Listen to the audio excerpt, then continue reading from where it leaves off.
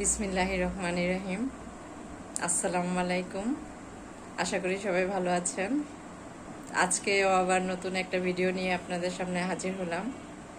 তো আমি মূলত সবসময় রান্নার ভিডিওটাই বেশি দেই। তো আজকে কি রান্না করলাম সবাই দেখবেন, কমেন্টের মাধ্যমে জানাবেন। আর একটা কথা, সেটা হচ্ছে আমার চ্যানেলটা সবাই সাবস্ক্রাইব করে দিবেন, লাইক কমেন্ট দিয়ে পাশে থাকবেন। দেখতে থাকুন আমার ভিডিও।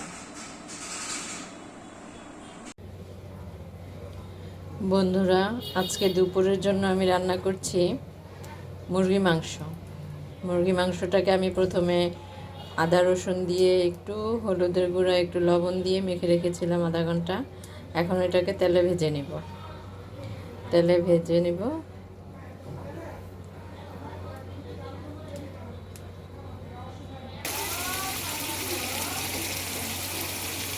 এই পর্যায়ে বন্ধুরা আমি মাংসগুলো ভেজে নিচ্ছি। মাংসগুলো ভেজে একের পর এক ভেজে নিব। এখানে দিলাম কয়েকটা, আরও আছে, ওগুলো দিব। আজকে দুপুরে হবে, গরম তো প্রচুর গরম, এজন্য টক ডাল, আম দিয়ে ডাল রান্না করব, আর হচ্ছে মুরগির মাংস, এইটাই। তো দেখতে থাকুন সবাই কেমন হয় আমার রান্না। আর আমি সবাই হয়তো বলবেন যে আমি শুধু রান্নার ভিডিওই দেখাই। আসলে মেয়েদের তো রান্নাটাই আসল, তাই না? আর রান্নাটাই হচ্ছে, রান্না আসলে একটা শিল্প। মন দিয়ে রান্না করলে সেই রান্নাটা অনেক মজা হয়, অনেক মজা।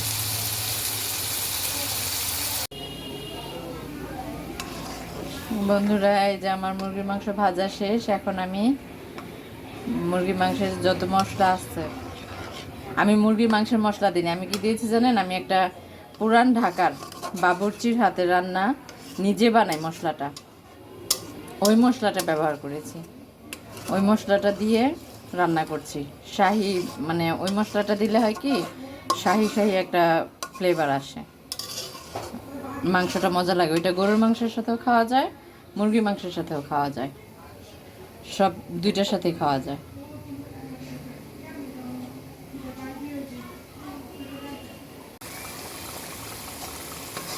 মশলাটা কষতেছে, পাশাপাশি আমি টমেটো ছেড়ে দেব। টমেটোটা দিলে হয় কি, কালারটাও ভালো আসে, আপনার ঝোলটা একটু গাঢ় গাঢ় হয় টমেটোটা দিলে। টমেটোর সসও দিয়ে দিব, টমেটোর সস দিব যখন মুরগির মাংসটা দিব, তখন টমেটোর সস দিব। কালারটা কত সুন্দর আসছে না? অনেক সুন্দর আসছে। এই মাংসটা যদি মাটির চুলায় রান্না করা হইতো, কি যে একটা মজা লাগতো, অনেক মজা লাগতো। সব আমার কাছে বেশি ভালো লাগে মাটির চুলা রান্না, খুব ভাল লাগে, খুব।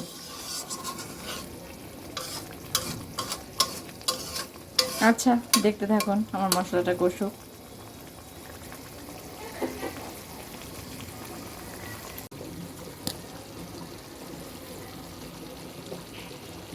আমার আলুটাও কষে গেছে, আলুটাও কষানো হয়ে গেছে। এর পর্যায়ে এখানে আমি মাংসটা দিয়ে দেব। মাংসটা দিয়ে ঝোল দিয়ে দেব।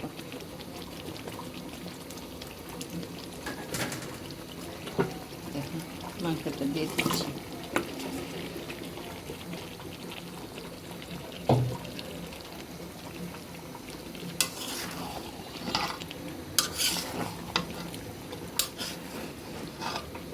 ভাজা মাংসটা দিয়ে দিলাম।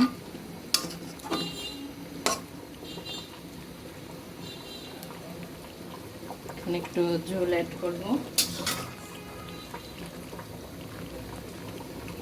তরকারি কষানো হয়ে গেলে, আর মাংসটা তো যেহেতু আমার ভাজাই ছিল, অর্ধেক সিদ্ধ হয়েই গেছে, তো তরকারি ঝোল দিলে কয়েকটা বলক আসলেই তরকারিটা আমার হয়ে যাবে। কত সুন্দর একটা কালার আসছে, তাই না? খেতেও নিশ্চয়ই দারুণ মজা হবে। কি বলেন সবাই? সুন্দর একটা গ্রান বেরিয়েছে, আপনারা পাচ্ছেন না, আমি পাচ্ছি। লবণীয় একটা ফ্লেভার।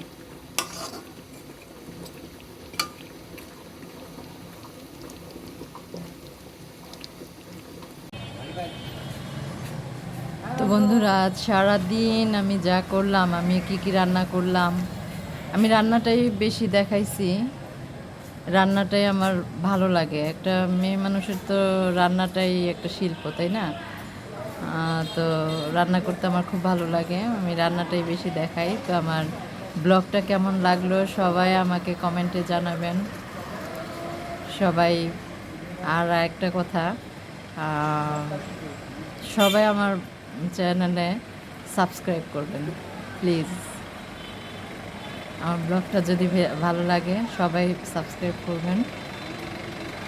আর হলো সবচেয়ে বেশি কষ্ট কি লাগে জানেন? যখন কেউ মানে কোনো মানুষ কষ্ট দিয়ে কথা বলে, কষ্ট দিয়ে কথা বলাটা আমার একদম ভালো লাগে না। এটা খুব খারাপ লাগে, খুবই খারাপ, মনটাই ভেঙে যায়। আর মন ভেঙে গেলে একবার সেই মনটা মানে মনটাকে আবার ঘুরে দাঁড়ানো অনেক কঠিন, অনেক কঠিন। তো আশা করি, আমরা তো মানুষ, তাই না? কেউ কারো মনে কষ্ট দিয়ে কথা বলবো না, আমাদের দ্বারা যেন কারো ক্ষতি না হয় সেভাবেই আমরা থাকার চেষ্টা করব। তো বন্ধুরা, অনেক কথা বললাম, সবাই ভালো থাকবেন, সুস্থ থাকবেন। আবার আরেকটি নতুন ব্লগ নিয়ে আপনাদের সামনে হাজির হব। তা আজকে এই পর্যন্তই, আজকের মতো বিদায়। আল্লাহ হাফেজ, আসসালামু আলাইকুম।